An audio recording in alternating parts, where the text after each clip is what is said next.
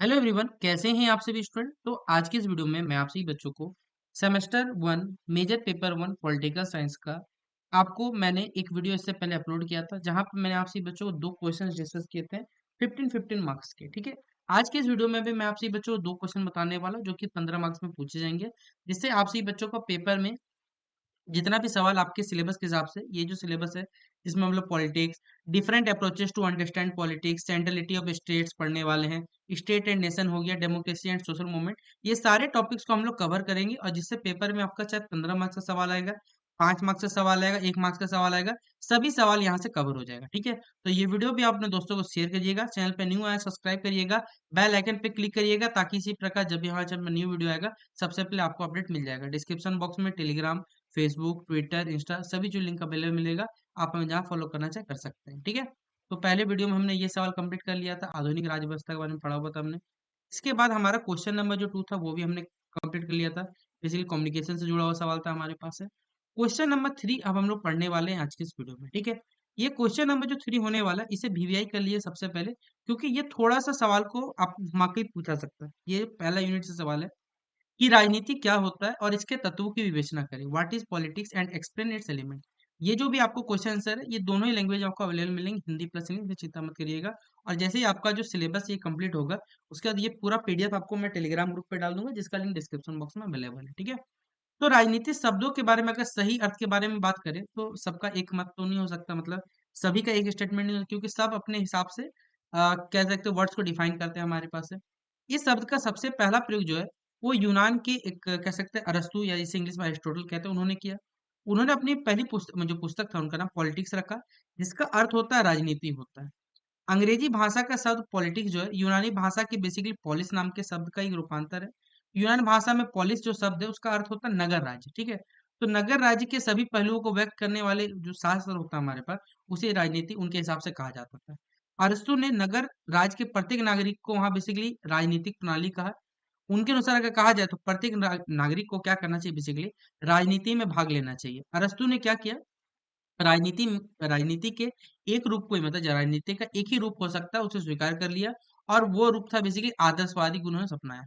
अरस्तु के अनुसार अगर कहा जाए तो राजनीति से ही नागरिक यह सीखते हैं कि उन्हें क्या करना चाहिए और क्या नहीं। उनका कथन ये था बेसिकली कि राजनीति का उद्देश्य यह जानना नहीं कि राज्य क्या है, बल्कि उनके हिसाब से ये जानना है कि राज्य को कैसा होना चाहिए। इसके बाद अगर अरस्तु की बात कहा जाए, एक्विनेस से कांट का सिद्धांत है, फिर हमारे बोसंक्वे का है, होगेल का है, टी.एच. गिरी जैसे विद्वानों ने भी क्या किया, राजनीतिक के भी आदर्शवादी और जो नैतिक स्वीकार को उन्होंने बेसिकली स्वीकार कर लिया।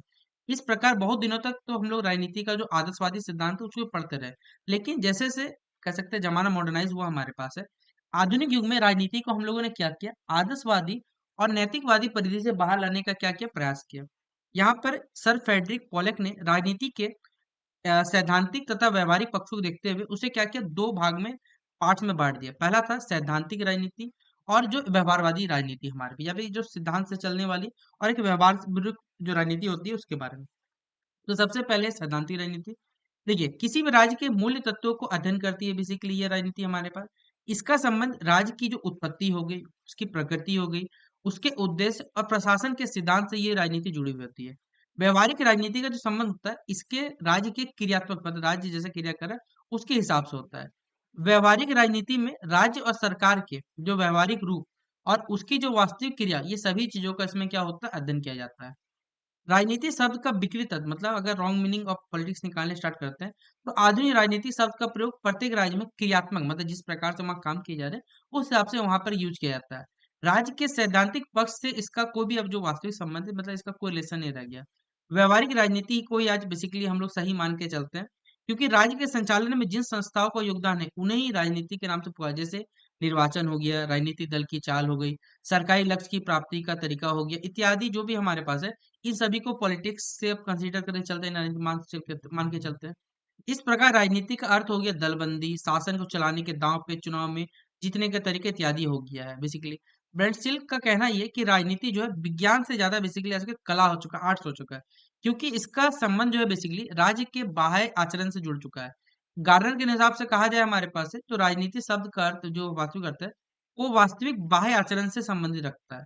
राजनीति शब्द का प्रयोग दिन अनादुन देखें अगर, संकुचित अर्थ में होने लगा है। आधुनिक युग में राजनीति जो है एक प्रकार से घृणा का ये प्रतीक बन चुका है। प्राय लोग कैसे सुना करते हैं कि अमुक गांव में बहुत अधिक राजनीति होती है, मतलब पॉलिटिक्स होता है, अमुक कॉलेज राजनीति बहुत है, मतलब पॉलिटिक्स अधिक है। स्पष्ट ये है कि अपना जो स्वार्थ है उसके लिए जो साधन अपनाए जाते हैं वो सारा का सारा पॉलिटिक्स होता है हमारे पास है। और राजनीति का प्रयोग में धोखेबाजी, बेईमानी, झूठ, फरेब ये सभी चीजें शामिल होती है। तो राजनीति का सही अर्थ क्या है अगर कहा जाए, उपरोक्त सारी अगर धारणाएं अगर हम लेके चलते हैं, राजनीति का सही अर्थ प्रस्तुत तो यहाँ नहीं कर सकते हम लोग, क्योंकि देखिए हम लोग कोई विद्वान नहीं यहाँ पर। कुछ लोगों ने यहाँ पर इस हिसाब से अपना जो अर्थ बताया है यहाँ पर हमारे पास है। जैसे सोल्टो के शब्दों में राजनीति उन सभी व्यक्तियों से, राजनीति को माफ करिए, यहाँ पर राजनीति उन सभी व्यक्तियों से संबंधित है जो अपने उत्तरदायित्व की भावना को रखते हैं। अतः प्रत्येक उत्तरदायी व्यक्ति को राजनीति से संबंध रखना ही पड़ता है।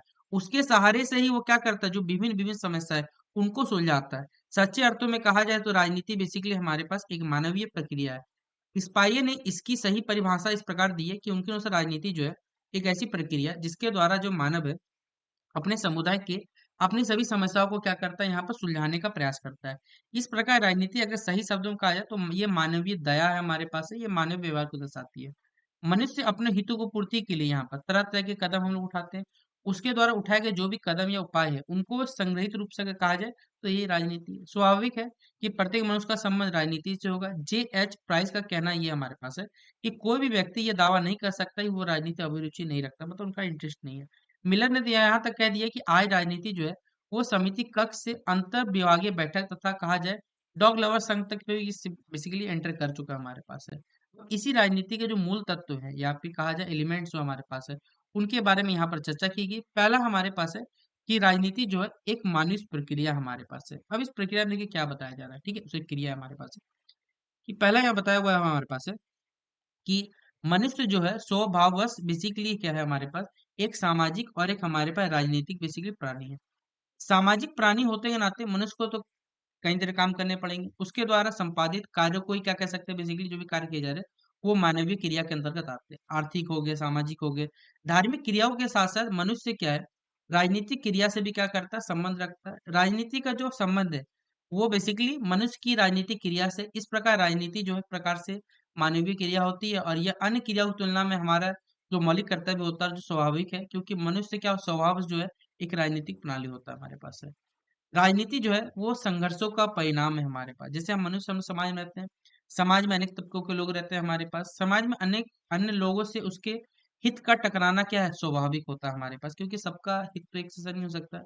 मनुष्य में कलह होती है, संघर्ष भी होते रहता है। मनुष्य अपने हितों पर सबसे पहले अपना जो बेनिफिट ध्यान देता है, उसका स्वार्थ अलग होता है। प्रत्येक मनुष्य अपने हितों और स्वार्थ की सिद्धि से पहले जाता है। अतः आपसी संघर्ष मतलब सबसे पहले जो संघर्ष स्टार्ट होता है वो आपसी संघर्ष सबसे पहले स्वाभाविक होता है।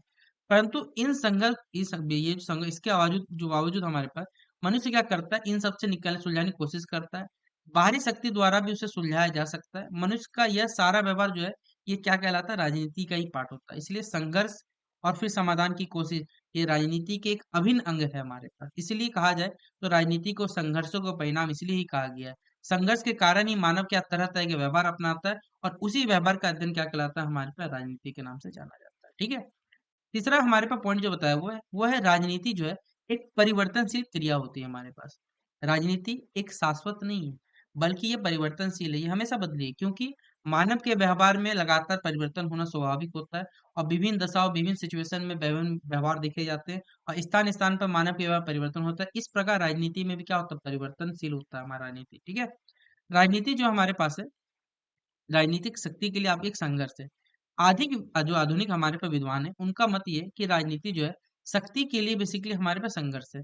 मनुष्य का जो मुख्य उद्देश्य होता है वो शक्ति प्राप्त करना चाहता है, इसी कारण वो आपस में क्या करता है, बेसिकली संघर्ष करता रहता है। शक्ति ही राजनीति की बेसिकली क्या है हमारे पास मूल अवधारणा होती है। जिस व्यक्ति के पास शक्ति होती है उसी के पक्ष में राजनीतिक निर्णय लिए जाते हैं और जिसके पास शक्ति नहीं वो नहीं काम करता हमारे पास है।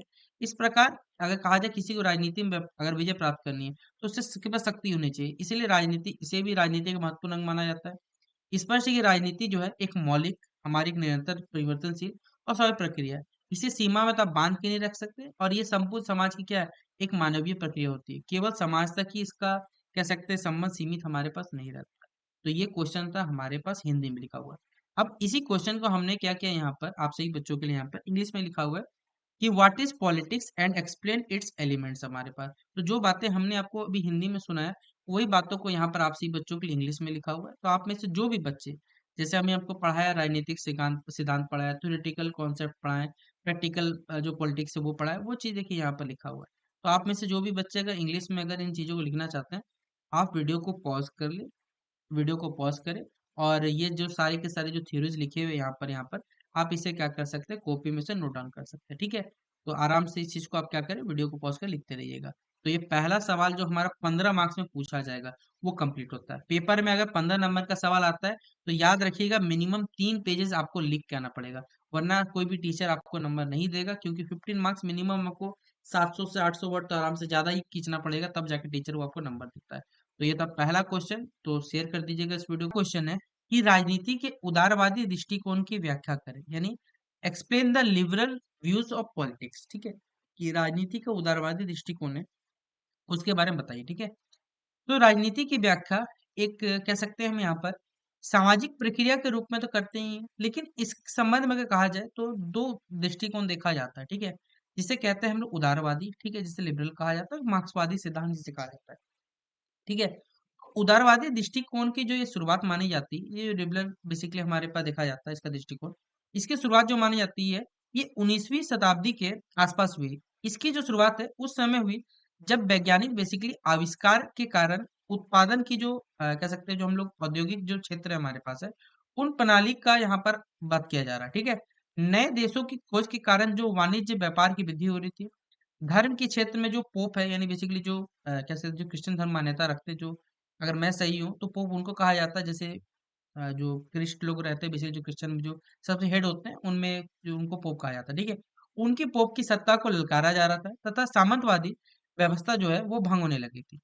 उदारवादी दृष्टिकोण का उद्देश्य जो है वो एक राजनीतिक, आर्थिक और सामाजिक क्षेत्रों के उन विचारों को प्रोत्साहन देना था, जो पूंजीवाद की स्थापना में क्या था, मददगार सिद्ध हो रहा था, उसकी उसको प्रोत्साहन देना था। प्रारंभ में उदारवादी जो दृष्टिकोण के अंतर्गत व्यक्ति को समस्त क्या था, सामाजिक जीवन का केंद्र माना गया था, और व्यक्तित्ववाद को प्रोत्साहित यहाँ पर किया जा रहा था। ऐसे करने में अगर कहा जाए तो John Locke, Adam Smith, जर्मी Bentham, बहुत सारे लोग, इनकी भूमिका बहुत रही है हमारे पास है। समकालीन उदारवादी दृष्टिकोण का अंतर्गत देखा जाए तो विभिन्न समूहों को राजनीतिक जीवन का केंद्र समझा जाता है। इसीलिए व्यक्तित्व के वाद के बाद अगर कहा जाए तो बहुलवाद को यहाँ पर महत्वपूर्ण स्थान समझा जाने लगा हमारे पास। अब इस उदारवादी दृष्टिकोण के अंतर्गत मुख्य रूप से जो बाजार समाज व्यवस्था है उसका बताया जा रहा है, मार्केट सोसाइटी के बारे में, कि मार्केट सोसाइटी को, यानी जो बाजार हमारे पास व्यवस्था है, वो मनुष्यों के सामाजिक, राजनीतिक एवं आर्थिक संबंधों का आदर्श माना जाता है। प्राचीन उदारवादी दृष्टिकोण के अंतर्गत जो बाजार है बेसिकली, उनको मुक्त प्रतिस्पर्धा, फ्री कंपटीशन को अधिक महत्व माना जाता था। परंतु समकालीन जो उदारवादी दृष्टिकोण के अंतर्गत यहाँ पर मुख्य रूप से क्या हुआ, नियंत्रण जो बाजार व्यवस्था, रेगुलेटेड मार्केट सिस्टम, इस आदर्श आदर्शवाद को क्या स्वीकारा गया हमारे पास। अतः क्या हुआ, समकालीन जो उदारवादी दृष्टिकोण है उसको कल्याणकारी राज्य का समर्थक यहाँ पर समझा जा सकता था। ठीक है, अब इस राजनीति के उदारवादी दृष्टिकोण की जो प्रमुख मान्यता है, उनमें कहा जाता है राजनीति जो है समूह की क्या है, गतिविधि है। पॉलिटिक्स जो है एक हमारे पास क्या है, ग्रुप एक्टिविटी है। राजनीतिक के उदारवादी दृष्टिकोण के अंतर्गत समाज में जो हमारा बहुलवादी दृष्टिकोण है उसका यहाँ समर्थन किया गया, जिनके अनुसार भिन्न भिन्न व्यक्ति का, बेसिकली कहा जाए भिन्न भिन्न समूह के सदस्यों के अपने अपने हितों पर क्या रखना पड़ता है, ध्यान देते हैं। अतः समाज में हमारे पास अनेक समूह होते हैं जो कुछ ना कुछ क्या होते हैं, संगठित होते हैं, और ये समूह क्या करते हैं, जो अपने प्रतिद्वंदी मतलब जो कॉम्पिटिटर है बेसिकली, उस समूह के हित में खिलाफ अपने अपने सदस्यों के जो हित रहते हैं उनको प्रोत्साहित देने का चेष्टा करते हैं, प्रयास करते हैं। इन्हें हित समूह की भी संज्ञा दी गई है। जैसे मालिक और मजदूर हो गया, दुकानदार और उपभोक्ता हो गया, जमींदार और कृषक हो गया, कृषक मकान, ये सब के सब बताया जा रहा है हमारे पास। इस प्रकार दो परस्पर विरोधी क्या है, आपस में टकराते हैं, जिससे राजनीति का जो प्रादुर्भाव है वो बढ़ता है, और राजनीतिक जो दल है भिन्न भिन्न समूह की मांग में एक समन्वय स्थापित करने की चेष्टा करता है। ठीक है, राजनीति जो है हमारे पास है वो परस्पर विरोधी हितों में एक सामंजस्य स्थापित करने का साधन होता है। Politics is an instrument of conciliating the conflicting interest. राजनीति के जो उदारवादी दृष्टिकोण के अंतर्गत यह बात कही गई है कि आधिकारिक सत्ता का प्रयोग जो है वो किसी वर्ग पर दूसरे की जो अभिलाषा, मतलब दूसरे की जो इच्छा है, अभिलाषा को कह सकते हैं यहाँ पर बतलाते या थोपने हेतु नहीं किया जाता है, अपितु ये एक ऐसी इच्छा को व्यक्त करती है जहां पर जो परस्पर विरोधी है उस वर्ग में क्या होता है, समझौता हो जाता है। ये बेसिकली कह सकते दोनों के बीच में यहाँ पर समझौता किया जा रहा है। अर्थात उदार समाज में परस्पर विरोधी वर्ग अपने हितों की पूर्ति हेतु एक दूसरे के खिलाफ ना काम नहीं करते, बल्कि वो लोग क्या करते हैं, एक सुलह समझौता कर लेते हैं और कोई ना कोई हल निकालते हैं, जिससे सभी के हितों का ध्यान रखा गया है। राजनीति का उपयोग ऐसा हल खोजने के लिए ही किया जाता है बेसिकली। इसलिए यह कह सकते हैं कि राजनीति जो है मुख्य रूप से संघर्षों के समाधान का एक साधन होता है। राजनीति द्वारा समाज में ऐसी जो नीतियां हो गई, निर्णय हो गए और नियम जो है निर्मित और क्रियान्वित किए जाते हैं, जो आपस में क्या करता है, जो विरोधी समूह उनके हितों के में एक सामंजस्य स्थापित करता है। राजनीति द्वारा ही समाज को हम लोग क्या करते हैं, संगठित के माध्यम से समाज की समस्याओं तथा जो विवाद है उनको वैध एवं न्याय संगत रूप से क्या करते हैं, निकालते हैं। इसलिए राजनीति का जो उदारवादी दृष्टिकोण है, यह मानकर चलता है कि समाज में सुलह समझौता वैध बल के माध्यम से किसी भी तरह का जो मतभेद है, विवाद है, संघर्ष को हल किया जा सकता है। इसलिए राजनीति समाज में न्याय की स्थापना तो करता ही करता है, साथ ही साथ यहाँ शांति व्यवस्था की स्थापना का साधन होता है। तीसरा पॉइंट है, राजनीति में आधिकारिक सत्ता का प्रयोग होता है। Politic involve use of authority. देखिए, राजनीति के उदारवादी दृष्टिकोण के अंतर्गत राजनीति में देखिए विभिन्न विभिन्न समूह का परस्पर विरोधी मांगों का हल खोजने हेतु बेसिकली हमारे पास कुछ नीतियां, निर्णय और विधि अर्थात कानून बनाए जाते हैं, जो उन समूह को मान्य होते हैं और उनका पालन करने हेतु वो तैयार होते हैं। यह तथ्य सही है कि इनमें समस्त समूह को सभी मांगे तो पूरी नहीं कर सकता, लेकिन जनसाधारण को यह यकीन होना चाहिए कि कानून के जो उचित अधिकारी है या जो संस्थाएं मान ली काम कर रही है, वो उचित रीति से या नियम से क्या निर्मित हुई और उनमें सभी का हितों को ध्यान रख के किया गया और ये सभी के लिए सही होता है, ऐसा माना जाता है। ऐसे विश्वास होने के कारण जो जनसाधारण है वो अपनी इच्छा से कानून का पालन करने लगेंगे। फिर भी इन कानूनों को पूरी तरीके से अगर क्रियान्वित करने के लिए सरकार के पास अगर शक्ति ही नहीं हो, कैसे काम होगा? जैसे सड़कों पर आप देखते हैं सभी तरह के यातायात की सुविधा के लिए जो यातायात के नियम बनाए जाते हैं, संकेत के प्रबंध का इस्तेमाल किया जाता है, पुलिस कांस्टेबल तैयार होता है। साधारण अगर हम देखेंगे तो व्यक्ति इस व्यवस्था का पालन स्वयं करते हैं, किंतु नियम और संकेतों को नहीं मानने वाले व्यक्ति को पकड़ने के लिए या जो भी नहीं मानते उनके लिए क्या पुलिस कांस्टेबल व्यवस्था रखनी पड़ती है सरकार को हमारे पास। चौथा पॉइंट है हमारे पास है राजनीति जो है वो सामान्य हित को प्रोत्साहन देने का साधन होता है। Politics is an instrument of promoting common के राजनीति के जो उदारवादी दृष्टिकोण के अंतर्गत इस तथ्य पर प्रकाश डाला गया कि राजनीति जो है वो सामान्य हित को प्रोत्साहन देने का क्या है, साधन है। राजनीति में उदारवादी दृष्टिकोण के अनुसार देखा जाए तो समाज में भिन्न भिन्न वर्गों के हित में जो विरोध होते हैं, मतभेद होते हैं या विवाद पाया जाता है, वो अधिक गहरा तो नहीं होता है। जब विभिन्न विभिन्न वर्ग क्या करते हैं, अपने छोटे-छोटे हित पर बेसिकली थोड़ा ऊपर उठ के सोचते हैं, तो ये सामान्य जो हित होता है वो दृष्टिकोण में नज़र में आता है, जिसे वो पहचान भी लेते हैं। राजनीति का राजनीति का उद्देश्य लोगों की इसी सामान्य हित तक पहुँचाने बेसिकली मदद करना है, जिसकी वो बेसिकली सिद्धि हेतु वो उपलब्ध साधन करना चाहता है। उदार समाज के अंतर्गत अगर देखा जाए तो लोगों का विचार, ये अभिव्यक्ति की जो स्वतंत्रता हो गई, संघ बनाना हो गया, सभा आयोजित करना, ये सब की स्वतंत्रता उन्हें दी होती है, जिससे व्यक्ति ना केवल अपने हित वाले व्यक्तियों के साथ एकता का अनुभव करता है, बल्कि अपने जो विरोध में जो भी व्यक्ति खड़े हैं उनके विचार अनुभव से भी परिचित हो पाता है। इस प्रकार विभिन्न विभिन्न जो समूह है उनकी परस्पर क्रिया के अनुसार क्या होता है, व्यक्ति के जो सामान्य हित रहते हैं वो भी जागरूक होते हैं। जैसे जब जब मालिक और श्रमिक को सामान्य हित का ज्ञान होता है, वे मिलजुल कर ऐसी कोशिश करते हैं जैसे श्रमिकों की दशा में सुधार हो और मालिक को भी क्या हो, अधिक से अधिक लाभ प्राप्त हो सके। इसको उदाहरण हमारे पास दिया गया है। और यही क्वेश्चन अगर आपको इंग्लिश में लिखना है तो आप लिख सकते हैं, explain the liberal views of politics. ठीक है, राजनीति के जो उदारवादी सिद्धांत है, अगर आप इसे लिखना चाहते हैं इंग्लिश में तो आप वीडियो को क्या करें, पॉज करें और इसे आप आराम से क्या कर सकते हैं, लिख सकते हैं। ठीक है, ये मेन एजम्पशन बताया गया आपको पॉलिटिक्स का। ठीक है, ये पॉलिटिक्स का यहाँ लिख दिया गया है। ये हमारा सेकंड पॉइंट है। ठीक है, ये थर्ड पॉइंट है हमारे पास। जो भी चीज अभी हमने आपको हिंदी में बताया, यही चीज आपको यहाँ पर इंग्लिश में क्या किया गया, लिख के सारा का सारा पॉइंट्स के थ्रू बताया गया। ठीक है, तो आप इससे लिख लीजिएगा, अच्छे से नोट डाउन कर लीजिएगा। बाकी आप सभी बच्चों को ये 2 क्वेश्चन कंप्लीट होता है। पूरे प्ले सेक्शन पे आप सभी बच्चों को सारा जो टॉपिक आपके एग्जाम से पहले सेमेस्टर उनका कंप्लीट करा दिया गया है। आप वहां से जाके देख सकते हैं और कौन से सब्जेक्ट आप सभी बच्चों को पढ़ने बेहतर तरीके से आप बता सकते हैं, एईसी इंग्लिश, एईसी हिंदी, कौन से कॉलेज से हैं आप सभी बच्चे, ये कमेंट में जरूर बताइएगा। इस वीडियो को भी शेयर करिएगा। बाकी बेस्ट विश आप सभी बच्चों को, मिलते हैं नेक्स्ट वीडियो पे। तब तक के लिए जय हिंद और जय भारत।